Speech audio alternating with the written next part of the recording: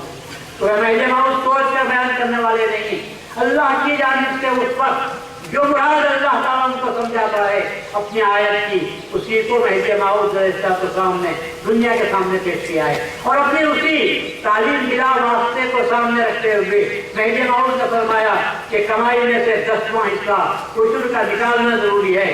اللہ تعالیٰ نے وعدہ فرمایا ہے کہ اگر تم 10 میں سے 1 نکالو گے تو پھر میں 1 کو 10 کر کے تمہارے حوالے کروں گا، جیسا کہ زمین سے ہوتا ہے۔ لیکن علماء نے مختلف قسم کے سوالات پیدا کر دیے، اور اس سلسلے میں انہوں نے جو بشیرے پیدا کیے ہیں، میں بتاؤں کہ اسلام اسی وجہ سے متفرق ہوتا ہوا چلا گیا۔ مہدی موعود نے متفرق جماعتوں کو ایک کرنے کی کوشش کی، لیکن فقہا کے اختلاف کی وجہ سے، میں ان سے اختلاف نہیں کر رہا ہوں لیکن حقیقت آپ کے سامنے بیان کرتا ہوں، علماء نے اور اس زمانے کے فقہا نے بھی اختلاف کیا تو امت کے واسطے رحمت ثابت ہوا کہ مختلف قسم کے لوگ مختلف قسم کے ائمہ اور فقہا کے راستے پر چلتے رہے، اور جیسی جیسی ان کو سہولت ملتی گئی وہ اس پر عمل کرتے ہوئے چلے گئے۔ پر نتیجہ یہ ہوا کہ امت مسلمہ بکھر کر رہ گئی، متفرق ہو گئی، اور اس کو واحد کرنے کے لیے ایک ہی طریقہ تھا، وہ یہ تھا کہ سب کو سینٹرل پوائنٹ پر لایا جائے، اور سب کا جو سینٹرل پوائنٹ تھا وہ لا الہ الا اللہ محمد رسول اللہ تھا۔ اس پر لانے کے لیے حضرت مہدی موعود علیہ السلام نے اس اصول کو بیان کیا اور کہا کہ لوگوں پاک کمائی پہلے حاصل کرو، اس کے بعد میں عشر ادا کرنے کی تم کوشش کرو گے تو پھر ایسی صورت میں اللہ تبارک و تعالیٰ تم کو دنیا میں بھی اور آخرت میں بھی تم کو فلاح اور فوز عطا فرمائے گا۔ تو کیا معلوم یہ ہوا کہ تعلیمات مہدی موعود علیہ السلام جب بھی دنیا کے سامنے ہم نے پیش کیے ہیں، لوگوں نے مہدی موعود کی باتوں کو لے کر اس کو توڑ کرنے کے لیے مختلف قسم کے علماء اور فقہا کا سہارا لیا اور لے کر ہمارے سامنے یہ بات بیان کرنے کی کوشش کی، اور آپ کو بھٹکانے کی کوشش کرتے ہیں کہ فلاں نے یہ کہا، فلاں نے یہ کہا۔ یاد رکھو، لوگ اپنے آپ کو سوال یہ کرتا ہے کہ تم مہدوی کیوں کہتے ہو؟